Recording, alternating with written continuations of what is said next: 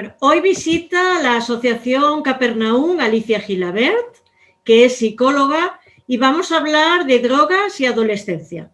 En los tiempos en que estamos viviendo vemos una gran disponibilidad de sustancias en el mercado, un aumento de las familias con problemas relacionales, vemos sentimientos de invulnerabilidad, imitación y afán de independencia que sufren nuestros jóvenes y los llevan en muchas ocasiones al consumo de drogas. Alicia, bienvenida a la Asociación Capernaum. Buenas tardes, muchísimas gracias por la invitación. Un placer tenerte aquí, que nos cuentes un poquito aquí de las drogas. Lo primero que quiero preguntarte es, ¿cuáles son las drogas más comunes que son consumidas actualmente entre los adolescentes? Vale. Aquí hay que distinguir dos tipos de drogas, las legales y las que son ilegales. Las legales son consideradas como drogas el tabaco y el alcohol, y son drogas legales, y luego las ilegales estarían el resto de drogas. Actualmente ha habido un incremento grande en relación al alcohol, al tabaco, en jóvenes, marihuana, lo que llaman spice o marihuana sintética, y ahora hay también una tendencia a la cocaína y la heroína fumada, antes de llegar a vía venosa, la fumada. Vale.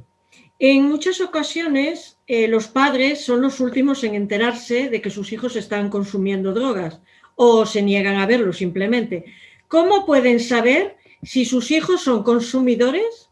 ¿En qué se tienen que fijar y cuáles son las señales de alerta? Vale. A ver, vamos a empezar desde el primer punto. Una persona... ¿Cómo pueden saber si los hijos son consumidores? ¿En qué se tienen que fijar? A ver. Mira, una persona, independientemente de la edad, cuando quiere esconder algo, lo intenta por todos los medios. No vemos a los niños y a las niñas cuando son pequeñitos. Sí. ¿Qué tienes ahí? Nada, ¿no? Y ya empieza ahí ese afán de esconder. Y cuando una persona está haciendo algo que sabe que no está bien o que no quiere que se sepa, que no está seguro o segura, evidentemente lo van a intentar esconder y hay mil maneras de hacerlo. Es importante ver algunas señales dentro de lo que es la adolescencia y los jóvenes ya un poquito más adultos, me refiero a partir de 18 años. Como por ejemplo, hay situaciones que son disparadoras, ¿no? Que causan estrés y por tanto cuando una persona está teniendo una reacción de estrés y no puede llegar, entre comillas, a controlarlo, recurrimos a algo externo para controlarnos, ¿no? Autorregularnos. Si encontramos al adolescente o a la adolescente muy nerviosa, con cambios de humor, que siempre quiere estar a puerta cerrada, aunque bueno, esto puede ser también muy característico de la adolescencia. Por ejemplo, si desaparece, tiene momentos en los que desaparece, hay momentos en los que no sabes dónde está, por ejemplo. Luego también hay otros síntomas que son más conductuales, como por ejemplo los cambios de humor muy bruscos. Ves que a nivel físico se deterioran, adelgazan mucho o empiezan en la cara, que es el espejo del alma, empieza a verse deteriorada, ¿no? Como una persona cuando está triste se le nota en la cara y en la mirada, pues con el consumo también.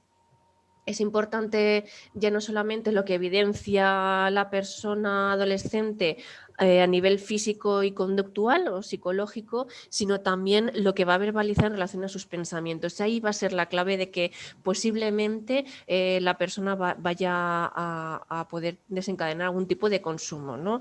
Luego también pues, son las causas, que hay miles de causas. El consumo de drogas en adolescentes evidencia un aumento de las problemáticas y conductas de riesgo típicas de la adolescencia. ¿Qué enmascara realmente el consumo de drogas en un adolescente? Buena pregunta.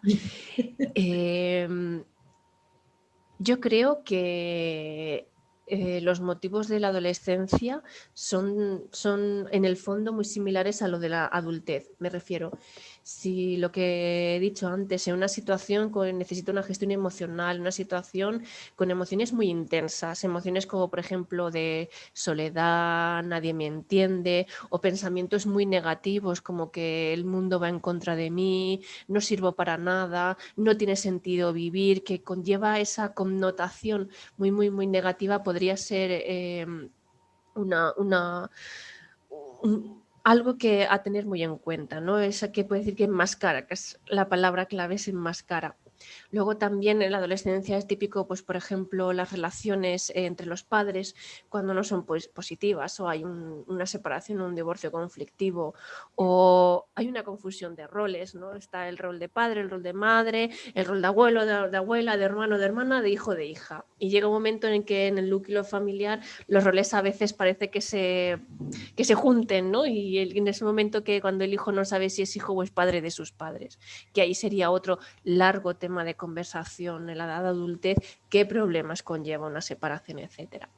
Luego hay otros factores también que suelen ser los más comunes, como por ejemplo para iniciar un consumo sería la curiosidad que genera pues una droga, por lo que lees, por lo que te dicen, por lo que oyes, un deseo de independencia, ese deseo en el que yo aquí me hago adulto, ¿no? Parece que me hago adulto porque fumo, y fumo porque yo soy una persona adulta.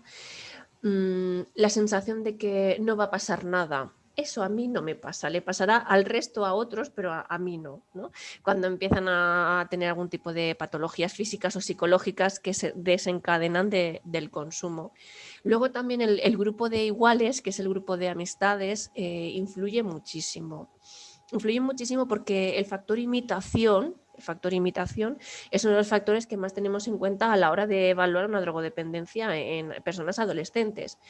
Ya no solamente con el de iguales, como por ejemplo en alta correlación de padres fumadores, hijos fumadores. Eso no significa que todos los hijos de padres fumadores vayan a fumar, pero sí que hay una alta correlación, más que si fuera al contrario. Y luego también es importante en esos factores desencadenantes, y sí que quiero trascender un poquito más en la gestión emocional, ¿no? Cuando una persona está alegre, está contenta, bueno, sí puede celebrarlo con algún tipo de consumo, pero no sería lo más común. Lo más llamativo es cuando se genera una situación negativa que conlleva un pensamiento negativo y una emoción negativa. Por lo tanto, para bajar esa ansiedad, para bajar ese estrés, para intentar sentirse mejor, se suele recurrir al consumo. Yo es que he escuchado a algunos padres hablando del consumo de los hijos. Sus hijos son consumidores, son adolescentes, y decir, es que no entiendo por qué mi hijo consume, porque lo tiene todo. Tiene una casa, tiene amigos, viste bien, tiene dinero, come bien. No entiendo qué le pasa ni qué no le pasa. Eso, pero no tiene, claro, no tiene nada que ver. Puedes consumir siendo la persona más rica del mundo o la que menos dinero tiene. Eso no, sí que es verdad que a más dinero, más facilidad para adquirir la droga, porque la droga es cara en el mundo de lo que es el consumo y la venta. Y, por ejemplo, no tienes dinero, pero puedes generar una drogodependencia y delinquir, por ejemplo, robar para conseguir dinero para poder consumir. Cuando ocurren este tipo de cosas, sobre todo en las personas jóvenes, es muy típico.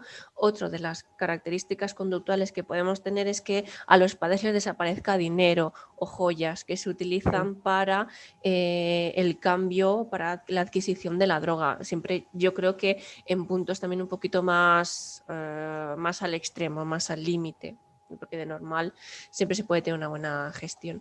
Aquí, en este punto, es muy importante saber que los padres para evidenciar esa negación, que la negación como mecanismo de defensa es totalmente normal. Además nos ayuda cuando nos dan una mala noticia y tenemos negación, nuestro cerebro se cierra.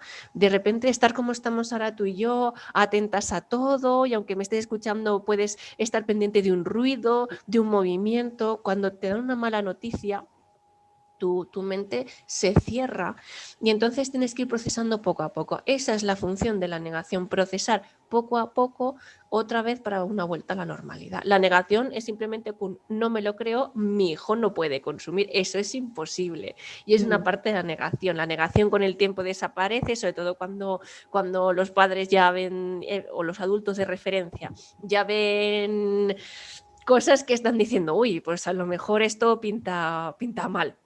Y la OMS ya hace más de 50 años ya dijo lo que era una droga. Una droga es toda sustancia que introducida en un organismo, un cuerpo, evidentemente que sea vivo, que esté vivo, puede modificar una o más de sus funciones, pudiendo producir un estado de dependencia física, psicológica o de ambos tipos, ¿no?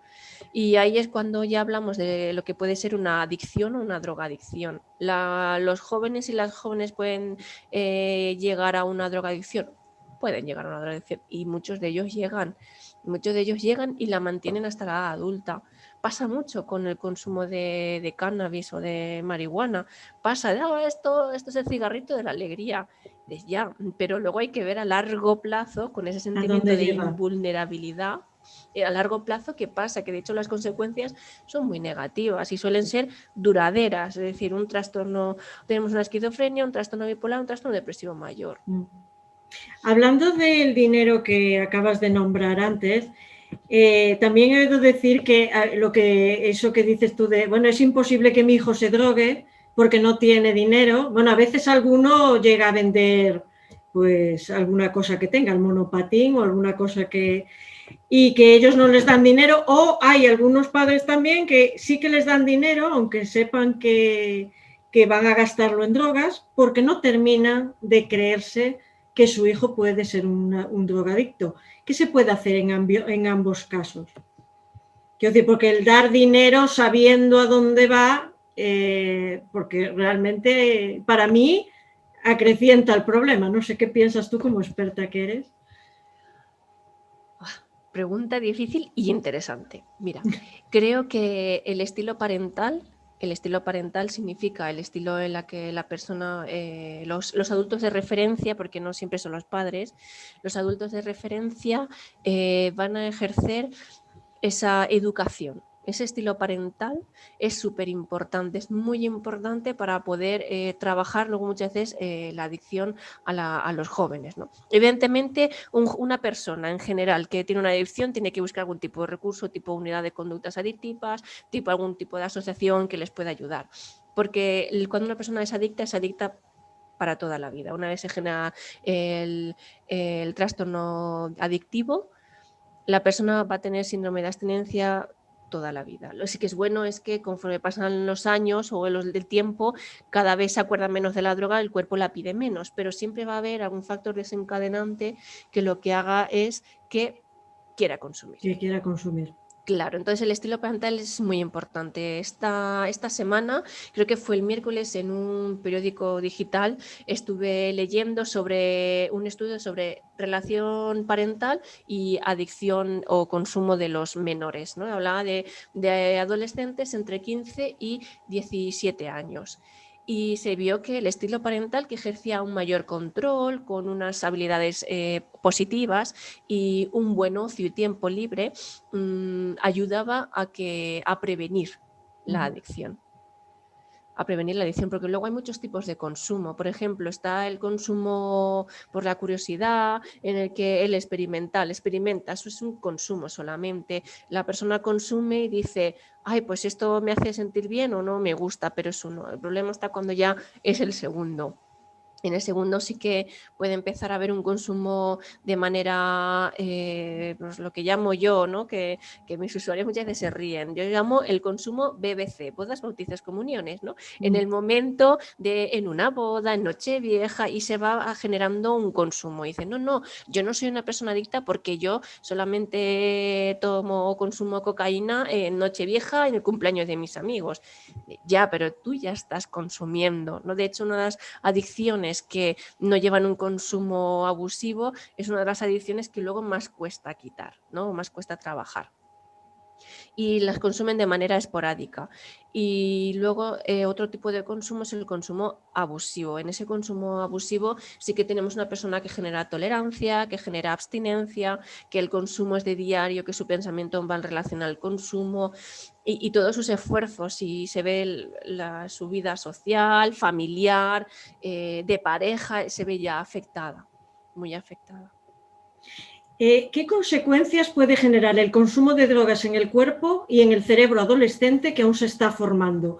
¿Y por qué son más peligrosas las drogas en un adolescente que en un adulto? Tú misma la has contestado. Bueno, Porque porque se está formando. Claro, porque en un adolescente es más complejo, porque se está desarrollando el cerebro. Eso no significa que una persona adulta que consume no vaya a tener secuelas, porque se tienen, y además muy graves. Y las personas mismas, cuando ya están en periodo de rehabilitación, lo notan que han perdido memoria, notan que han perdido habilidades, se ven físicamente desmejorados. Entonces, el cerebro adolescente está en plena formación. Además, en la etapa adolescente, si no hay ninguna patología previa, es un cerebro que absorbe toda la información, ¿no? Es decir, los adolescentes dicen, es que se acuerda de todo, es que su cerebro está en pleno proceso de desarrollo, y tener todo lo que es lo social alrededor también va moldeando lo que va a ser la futura personalidad y lo que va a ser también el consumo. Entonces, a nivel físico, hay un deterioro claro. Cuando una persona cuando consume se le suele ver en la cara, como te he comentado antes, y algo también muy característico es el corazón. El corazón empieza a trabajar de manera irregular, empieza tenemos adolescentes que tienen, por ejemplo, alta tensión arterial, lo que se llama hipertensión, o taquicardia, que de repente que se me va a salir el corazón del pecho, ¿no? La taquicardia. También ha habido casos de hemorragias internas, como por ejemplo pueden ser las cerebrales, son las más comunes. Y luego también, por ejemplo, si fuman, pues a nivel respiratorio, como una persona adulta, también van a haber problemas. Además, no olvidemos que los problemas respiratorios, una vez aparecen, se pueden cronificar, y vivir ahogándose toda la vida es complejo y complicado, aparte de la hipoxia que también llega al que no, le falta oxígeno al cerebro, y entonces es como una reacción en cadena. El peso. Suelen adelgazar o suelen engordar mucho, ¿no? Que una persona, por ejemplo, una persona adolescente está consumiendo y de repente el cuerpo adelgaza, consume los recursos, aparte de porque el metabolismo se acelera un poquito, aparte porque dejan de comer lo que comían antes, pero claro, mi pensamiento está en consumir la droga. Entonces, el peso sí que cambia y se ve un cambio radical a cuando están consumiendo y dejan de consumir. El cuerpo de repente coge peso, coge color, y notas la diferencia enseguida. También hay pérdida de olfato. Por ejemplo, el tabaco también es muy característico. Pueden haber alguna convulsión o de los músculos, algún movimiento espontáneo. La pérdida de dientes con algunas drogas es muy característica, por ejemplo, con la heroína, da igual en cualquier vía, la pérdida dental es espectacular. Y, por ejemplo, con la cocaína, cuando es esnifada, se tabica el agujero y en algunos casos el paladar. Entonces, es solo una vía, lo que es la fosa nasal con el paladar. Empiezan a fallar también algunos órganos, como por ejemplo el páncreas. Cuando las personas adolescentes beben, aunque sean fines de semana, de manera excesiva, el páncreas, el hígado tienen que hacer un trabajo exhaustivo, y eso es como si yo siempre estoy con un coche corriendo a 100 por hora, llega un momento que el coche mismo dice, y es que ya no puedo más. Para pues que no resisto. Claro, el cuerpo hace lo mismo, hace lo mismo. Luego también a nivel más psicológico, lo que te he comentado antes, la memoria, los recuerdos. Ya no solamente la memoria, por ejemplo, tengo que acordarme de un número de teléfono, o de una cita, de los deberes, de ir a clase, de un examen, sino de los recuerdos. Empieza la memoria a fallar mucho. Pueden haber confabulaciones que dicen, yo me acuerdo que hice todo esto, y no, eso no ha pasado, no es una manera de rellenar a nivel psicológico. Ansiedad, depresión, los cambios de humor. muy frecuentes, sobre todo cuando hay un consumo, el cuerpo está trabajando con la droga adentro, la droga la va metabolizando el cuerpo, se pierde y empieza el síndrome de abstinencia. Es muy característico en casi todas las drogas los cambios de humor. Ataques de pánico también suelen ser, sobre todo en drogas que son o alucinógenas, porque claro, si una persona adolescente consume una droga alucinógena y tiene un buen viaje, está bien, pero como tenga un mal viaje... Exacto. Y luego algunas actividades, por ejemplo, cuando se les pide resolver algún tipo de problema sencillo, no hace falta que sea ni escrito, sino sencillo de ahí. ¿Tú te acuerdas dónde puse o vamos a ir al mercado? ¿Tú crees que a esta hora habrá gente? Empieza también a fallar y además se le nota verbalmente. Esto entre unos pocos, que hay muchísimos más. Sí. Vale. Mira, había leído un informe que muchos de los adolescentes que son atendidos actualmente en salud mental por un trastorno mental tienen dependencia a las sustancias en un 65-75%. Entonces, aquí ya hablamos también de problemas mentales y problemas psicológicos, que es tu área. ¿Qué problemas psicológicos encuentras tú en adolescentes que están consumiendo? De casi todo. Los más comunes suelen ser depresión y ansiedad.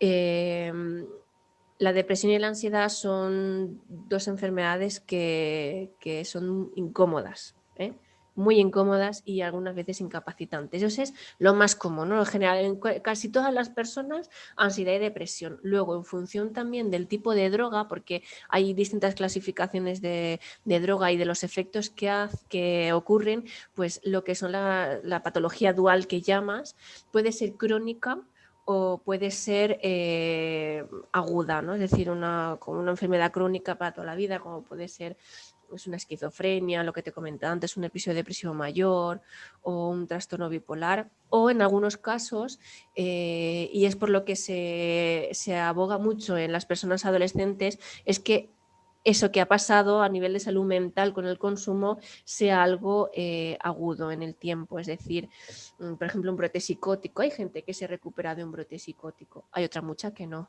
pero hay muchísima que sí. Últimamente, la marihuana sintética y la cocaína que hay en el mercado a día de hoy está muy adulterada. Y aparte de que dicen la marihuana sintética no, la marihuana sintética es todo sintético, y sí. Cuando les ponen, todo químico, imagínate todo químico, es como LSD, imagínate, sí. Son drogas que pensamos de hace muchos años, ¿no? Y a la actualidad están volviendo, pero están volviendo de otra manera que es más atractiva para poblaciones, claro. Y en la gente joven, este tipo de marihuana les produce unos cambios, bueno, hospitalizaciones hay, las que imagines, y luego también pues con los ingresos cuando van a calabozos o los detiene la policía o entran a prisión, que entran en un estado totalmente brotados, y se aboga porque eso se pueda trabajar, que sea algo agudo, es decir, que tenga un inicio y tenga un fin.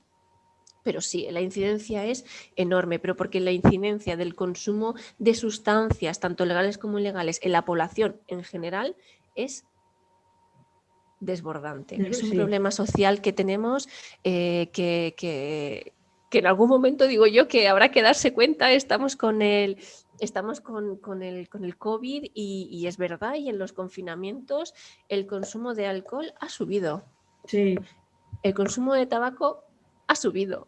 Yo creo que ahí nos tenemos que plantear. La población, cuando nos confinaron, no decían, es que no voy a poder salir a comprar o no voy a poder salir a una vuelta, no, es que no voy a poder tomarme mi cerveza de los viernes noche para desconectar de la semana. Sí. Ahí lo dejo. Y en cambio yo conozco jóvenes también que aprovecharon para quitarse del consumo, porque claro, sufrieron el mono y estuvieron el tiempo del confinamiento. Lo que pasa es que al volver a la calle volvieron al consumo otra vez de marihuana sintética. Exacto. Eso es la drogodependencia. Una persona pasa el mono que has comentado, que sería el síndrome de abstinencia. Hay síndromes de abstinencia que son brutales, como el de la heroína o el del alcohol, que aparte tienen que estar supervisados porque el cuerpo puede colapsar. Y si el cuerpo colapsa, puede haber un fallo cardíaco o un fallo multiorgánico. O sea, tiene que estar revisados. Y una persona deja de consumir, cambia, pero hay que ponerse a prueba. Esa es la clave. De hecho, esa es la clave de los tratamientos de deshabituación. El trabajar cuando tú vayas a la calle, cuando vuelvas a cruzarte con la gente con la que consumías, cuando tú vuelvas a tu casa, en el caso de que estén institucionalizados, ya sea de forma voluntaria o no. Esa es la clave. Y esa es la clave de muchísimas recaídas. Sabemos que la drogadicción, en sus fases, la recaída siempre está ahí, pero vamos a ver si es una recaída, un gran homenaje o un picoteo. Porque luego también una persona que ya no consume, que ya está en mantenimiento de su abstinencia, impacta negativamente a nivel emocional, aparte a nivel físico, cuando tiene una recaída. Y eso es lo que tú estás comentando, es el proceso de la adicción. Yo mientras estoy aquí, como no tengo, yo ya lo he pasado, yo ya estoy bien, ya estoy curado. No. Esa es la época más, yo siempre digo que eso es el principal problema, el creerse fuerte y que ya se ha salido de todo. Y cuando te vuelves a enfrentar a lo que causa que tú te estés tomando drogas, pues vuelve, porque como no ha sido tratada la causa, a la mínima tú vuelves a caer en el consumo. Exacto. Y mucha gente dice, yo ya voy a dejar de ir con mis amigos, me voy a cambiar totalmente de casa. Es que a veces que eso no puede ser, no es una solución real. O otra mucha gente, no, yo me voy a mi casa de campo ahí en la montaña y vas a estar solo o sola toda la vida. Es que no es viable, no es viable. Claro, hay que trabajarlo y sobre todo hay que trabajar primero desde la persona, dándole esas herramientas para que se lo crea de verdad, que puede, porque hay muchísima gente que sale de la droga.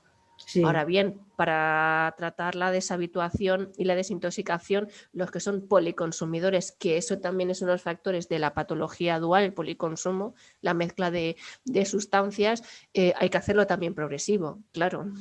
Claro, sí, no todo de una. ¿Qué puede hacer un padre cuando descubre que su hijo menor de edad consume drogas y no quiere recibir ayuda de ningún tipo porque creen que no lo necesita? Ni ir al psicólogo, ni ir a un centro, el joven se niega. ¿Qué puede hacer un padre en ese caso, con un menor?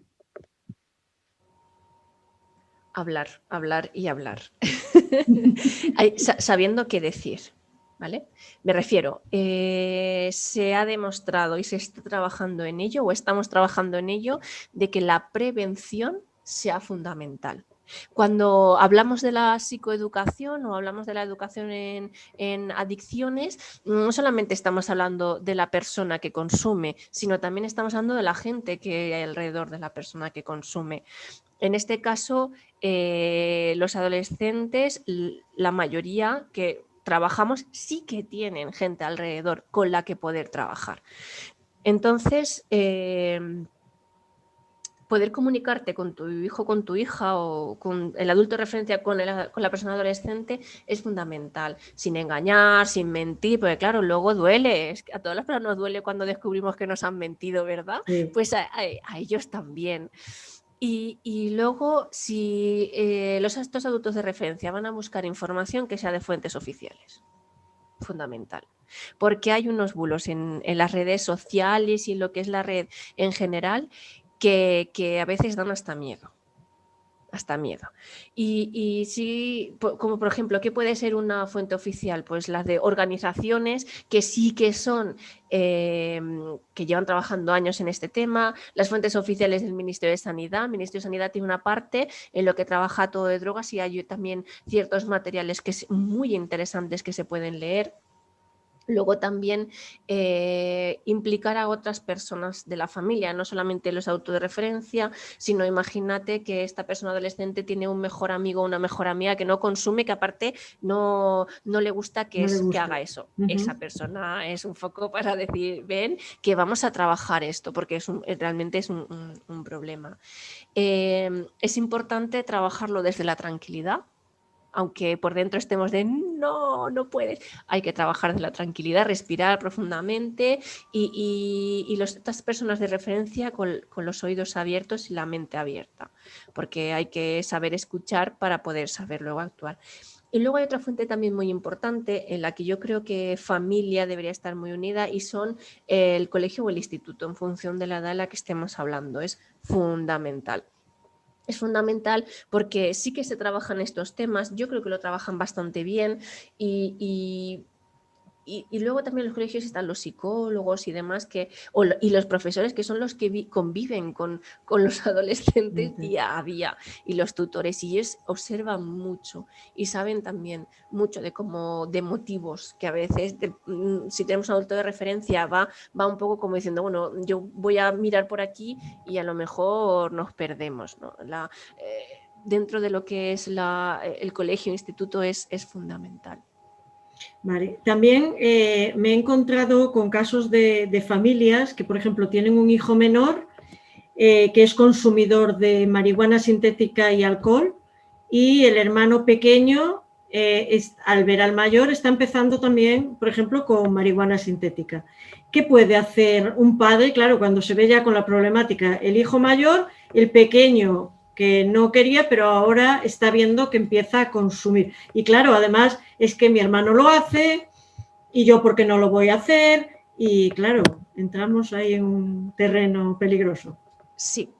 Hay otro recurso que no lo he comentado, que yo creo que también sea muy interesante, que es el recurso de servicios sociales. Los servicios sociales no solo son para la gente que digamos que esté en una situación extrema, sino también para estos casos, porque hay convenios y hay personal muy especializado que les puede echar una mano para estas cosas. Sí que es verdad que ahí en este ejemplo concreto, por ejemplo, así a simple vista, con lo que comentas, la imitación está muy presente. Entonces, claro, yo creo que ahí para establecer, sin entrar dentro, porque no tengo toda la información, pero sin entrar dentro, pero lo primero, así a simple vista, principalmente con la persona, con el hijo mayor o la hija mayor en este caso, para ver, porque claro, cuando ya el siguiente hijo o hija le está siguiendo la imitación y el consumo, se nos puede complicar mucho la situación. Y luego habría que ver también la dinámica familiar. Eso así a simple vista, pero pues, esto habría que trabajarlo ya, atajar algo para ver qué es lo que está pasando ahí. Vale. Bueno, el consumo de drogas lleva asociado, decías tú antes, bueno, intoxicaciones, trastornos mentales, delincuencia, a veces maltrato a los padres también, porque, por ejemplo, aumentan la fuerza corporal cuando se ponen agresivos. Dices, mira, es como si creciera vamos, como si fuera el increíble Hulk. ¿Qué ocurre con un menor, por ejemplo, cuando es denunciado por los padres, que tiene que llamar a la policía, porque a lo mejor ha destrozado la casa o intenta pegar o insultar a los padres? ¿Y qué ocurre con ese menor, por ejemplo, si entra en un centro de menores? ¿Y qué diferencia hay, por ejemplo, que sea un adolescente más joven o uno que esté ya muy cerca de cumplir los 18 años? Aquí te hago varias juntas. Vale, cuando está muy cerca de cumplir los 18 años, bueno, hasta que no tienen 18 años, siguen con las competencias de cada autonomía, ¿vale? Como sea la titularidad, la cogen las conserjerías, consellerías y demás. Y a los 18 años, persona mayor de edad, hay programas que lo trabajan, hay centros en los que sí que trabajan que puedan, a partir de 18 años, que sean unas personas autosuficientes. Y es importante hacerlo, sí que cambia de cuando son más jóvenes a cuando ya están rozando la mayoría de edad. ¿Qué ocurre cuando ingresan en un centro de menores? A ver, yo creo que es una situación altamente estresante, primero para los padres, sobre todo porque imagino que no tiene que ser fácil tener que denunciar a un hijo o a una hija por maltrato, porque normalmente cuando pasa eso, han tragado lo intragable, han vivido lo invivible y ya es el último recurso. Dice, ya no puedo más, es que un día de estos me va a dar un bofetón que me va a tirar por el balcón o lo que fuera. Entonces, a ver, habría que trabajar con los padres también en la situación y luego con la persona menor de edad, en este caso, habría que trabajar la adicción, evidentemente. Pero sí que es verdad que aquí, al tener unas connotaciones más legales, creo que sería muy interesante poder trabajarlo con alguien especialista en el tema, ¿no? Que sea que trabaje en la abogacía o en los propios centros de menores. Estar en un centro de menores, imagino que no tiene que ser fácil. Vamos, nosotros aquí en España no tenemos los centros de menores que puede tener en otras partes del mundo. En Estados Unidos. Vale, eso también. Pero imagino que fácil no tiene que ser esa entrada a un centro de menores, y más cuando haya aparejado una adicción, porque si la persona está bajo los efectos, la persona adolescente está bajo los efectos de la droga, luego va a tener un bajón, que para que me entiendas, con un síndrome de abstinencia. Es una situación muy difícil, muy difícil. ¿Qué ocurre? Claro que ocurre. Hay asociaciones que trabajan este tipo de situaciones. Están, por ejemplo, las asociaciones de las oficinas de atención a las víctimas del delito, que también trabajan este tipo de situaciones y asesoran muy bien a los padres, los cuales, pues claro, tendrán que ejercer también sus derechos, porque aquí ya no solamente se trabaja el daño que he podido recibir a causa de la adicción de mi hijo, sino que lo he tenido que denunciar y eso hay que trabajarlo internamente. Sí, porque no es fácil, ¿no? No. Bueno, antes estábamos hablando de la importancia de la prevención, pero hay padres que quieren evitar el tema o esconder el tema droga, como diciendo, bueno, no vaya a ser que yo le esté a mi hijo hablando aquí de las drogas y vaya a dedicarse a consumir, que a veces también lo he escuchado. Y para mí es uno de los factores más importantes de la prevención y hablar de este tema claramente con los hijos antes de que ocurra y ya estés metido. Tú estás de acuerdo, ¿verdad?, con esto. Claro que sí, claro que sí. Es que es prevención, prevenir algo que puede ocurrir y que está ocurriendo dentro de la población joven. Estamos viviendo en estos últimos años en una situación en la que las drogas se han normalizado, primer problema, porque está normalizado, pero espera un momento, es que muchas veces está normalizado por parte de los padres. Por un porrito los fines de semana, sí, ya... No pasa. Claro, le voy a explicar lo que significa la escalada de la adicción para que usted entienda que por un porrito el fin de semana podemos acabar en un problema muy grave para toda la vida. Sí. Sale y bebe. No, me acuerdo hace muchos años, que yo aún no había terminado ni la carrera, no voy a decir cuántos, eso sí, que estaba trabajando, hacía un voluntariado en una organización y era una noche de fallas. Aquí en Valencia, lo típico del 18 al 19, que es la NIT, ¿cómo se llama? Exacto, la NIT del FOC. Bueno, las noches son, pero bueno, y estábamos allí haciendo... Tremendas. Sí, exacto, un pequeño voluntariado y de repente llamaron a la puerta y abrimos mi compañero y yo y eran 3 niños, y digo niños o adolescentes jóvenes o como le quieras llamar, de 12 años, 11 y 12 años, que me traían en brazos a una chica de 12 años con una intoxicación etílica que había perdido el conocimiento. Bueno, lo primero que hicimos fue llamar a nuestro coordinador, bueno, se llamó al 112, vinieron a por ella y evidentemente en un punto se contactó con el padre. Cuando vino el padre, lo que más me sorprendió es de, bueno, estos son cosas de niños. No sé, la veo un poco, veo a estas 3 personas muy jóvenes, claro, muy jóvenes para estar bebiendo. Sí. Y no eran las 3 o 4 de la mañana, o sea que ya era entrada la noche, ¿no? La prevención, sí. ¿Dónde hay que empezar la prevención? La prevención hay que empezar en una buena información, yo creo que a los adultos de referencia. aparte de lo que se va a trabajar por distintos organismos y actuaciones y por la comunidad con las personas adolescentes, yo creo que saber entrenar a los adultos de referencia en prevención e identificación de factores de riesgo y factores de consumo es fundamental. Sí, estoy de acuerdo totalmente contigo, totalmente. ¿Qué le dirías? Ya estamos terminando, Alicia. ¿Qué le dirías a los adolescentes que toman droga y no saben cómo pedir ayuda o dicen que no quieren recibirla? Porque lo primero que dicen es no quiero, pero hay veces que es de boca para afuera porque quieren recibirla. Lo cierto es que un adolescente o un adulto se droga generalmente para terminar con un dolor, una angustia vital que no se sabe afrontar. Entonces, ¿qué les dirías a esos adolescentes ahora mismo que nos puedan ver esta entrevista que no saben cómo pedir ayuda? ¿Qué les dirías? Pedir ayuda para cualquier persona es difícil. Es difícil pedir ayuda para una persona que pasa por una situación muy grave, la que os queráis imaginar, la que queráis.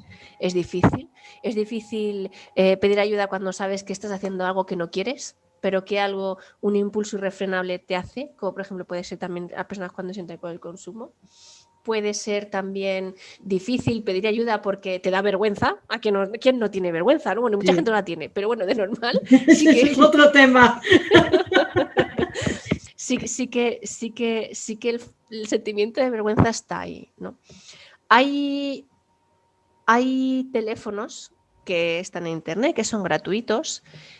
Yo no lo digo por no hacer mucha publicidad de nada, porque yo soy de todos y de nadie. Me refiero, yo todo lo que siempre tenga buenos resultados es lo que apoyaré, ¿no? Pero no me parece muy lícito aquí decirlo, por eso no digo ejemplos concretos, pero tenemos teléfonos gratuitos de organizaciones que están 24 horas, que son anónimos y que tú puedes llamar. Por ejemplo, también se puede hablar con algún adulto que se piense, que la persona adolescente piense que puede confiar. Y luego también está muy importante, es muy importante entender que nadie en la vida es perfecto. Que eso también es uno de los factores, ¿no? Tengo que ser perfecto o perfecta. Vestir, peinar, hablar, comer, ¿no? Pues eso, nadie es perfecto y todo el mundo al final de la vida cometemos errores más graves, menos graves, pero todos. Solamente quiero decir una cosa, que nos lo callamos, ¿no? Sí. ¿Cuántas personas hay que en su juventud sí que han estado tonteando, pero ay, por el qué dirán, que se llama deshabilidad social, por el qué dirán yo no voy a decir nada? Ay, así.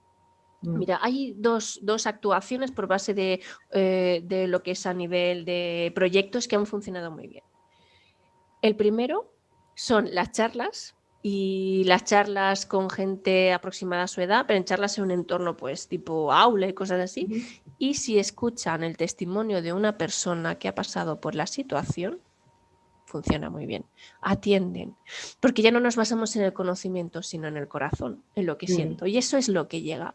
Y luego hay otras campañas que también han funcionado muy bien, que son de ocio nocturno, en los cuales gente que ha sido pues contratada con su formación previa, van a las áreas de ocio, son gente joven también, en las cuales les hacen actividades, les dan información mientras están pues lo típico del botellón y demás.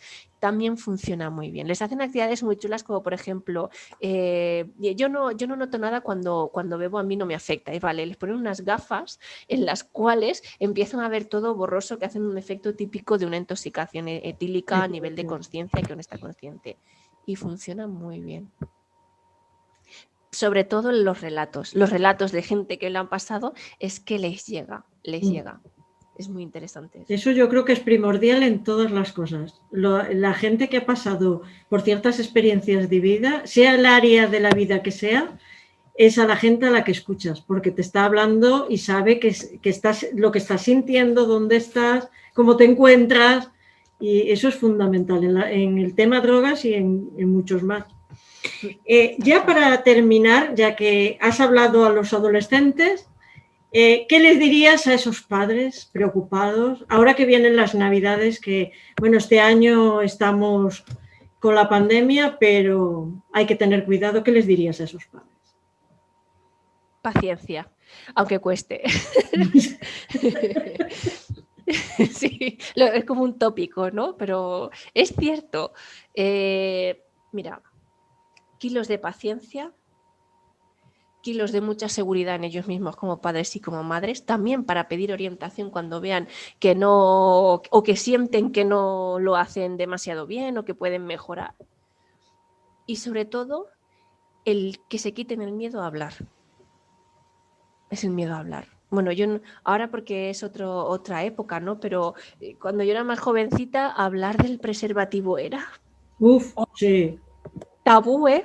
Tabú, y ojo que yo no supiera nada lo que era eso. Sí, porque no fuera a ser que lo quisieras usar. Exacto, ¿no? Pues ese es uno de los miedos que con las drogas también hay. No vaya a ser que si le digo algo, como bien has dicho tú, mi chiquillo, mi chiquilla ahora se ponga a consumir. No, todo lo contrario. A lo mejor vas a hablar con ellos y dices, eso ya lo sé. No, no. Hay que saber primero ellos que saben. Y sobre todo, lo que he dicho antes, mucha capacidad de escucha. Porque ellos necesitan hablar. Y primero normalmente suelen contar pues lo que así, digo esto así para que me dejen paz y luego ya pues voy a ver, ¿no? Pues hay que esperar y que hablen. Que nos escuchen también es muy importante, pero que hablen porque para saber hablar primero hay que saber escuchar. Sí. Escuchar a la persona que tengo de delante y qué me quiere decir detrás de estas palabras. Primordial. Y que, por supuesto, los padres también busquen orientaciones cuando ellos lo consideren. De verdad, es muy recomendable porque es que se aprende. ¿Verdad que cuando al principio, cuando estás esperando al bebé, hay mucha gente que está buscando información, se compra un libro, hace esto y ahí no se sienten mal, ¿verdad? Pues con las drogas es lo mismo. Sí. Y con cada etapa de la vida de tu hijo, porque entras en la adolescencia y hay que prepararse ya antes de entrar. Y cada vez entran más jóvenes, o sea, con menos edad. Esa sí que es verdad, otra de los cambios generacionales que está habiendo, que la etapa adolescente cada vez es una edad más temprana. Y por lo tanto, los padres de lesbia o los adultos de referencia un poco desprevenidos, diciendo, uy, esto no me lo esperaba. Hay una cosa que has dicho que me gusta mucho, que es lo de la paciencia, porque sí es cierto que los padres lo que quieren es lo mejor para los hijos y que dejen de drogarse y que no tengan problemas y que acabe ya. Pero cada hijo es un mundo, cada padre es un mundo y son tiempos diferentes y hay que tener esa paciencia porque son dos personas diferentes. Bueno, tres personas, el hijo, el padre y la madre.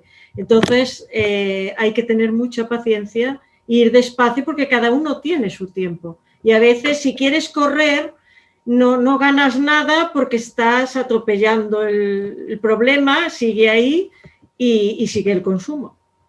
Claro, no por correr más se llega antes. De hecho, una de las características o factores de los adultos de referencia es el estrés del día a día. Cuando tú eres adolescente tienes tu mundo, y si tienes una adolescencia más o menos normalizada, pues tienes tu mundo y tus mayores problemas son otros. Pero cuando ya llegamos a la adulta y tenemos el rol muchas veces de hijo o de hija, porque hay que cuidar de los padres, el trabajo, la casa, las deudas, el no sé qué, aquí, allí, aguanta jefe que no sé qué, aguanta, y de repente te viene algo así, es muchas veces... ya está, hasta aquí. Esto no puede ser y a veces reaccionan de esa manera totalmente normal porque ya no pueden más. Sí, y esa frase la he oído, ¿eh? Ya no puedo más. Estoy al límite ya, no puedo más, no tengo más fuerza.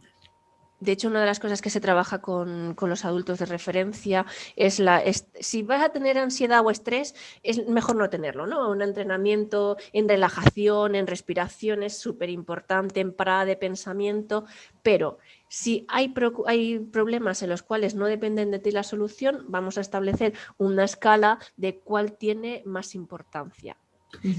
Y al final del ejercicio o de ese día de sesión, la mayor importancia que tiene es la familia. Exactamente, sí.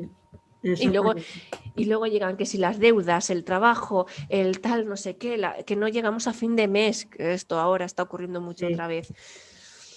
Van subiendo y es normal. Todo esto es normal. Pues hemos terminado, Alicia, hemos llegado al final.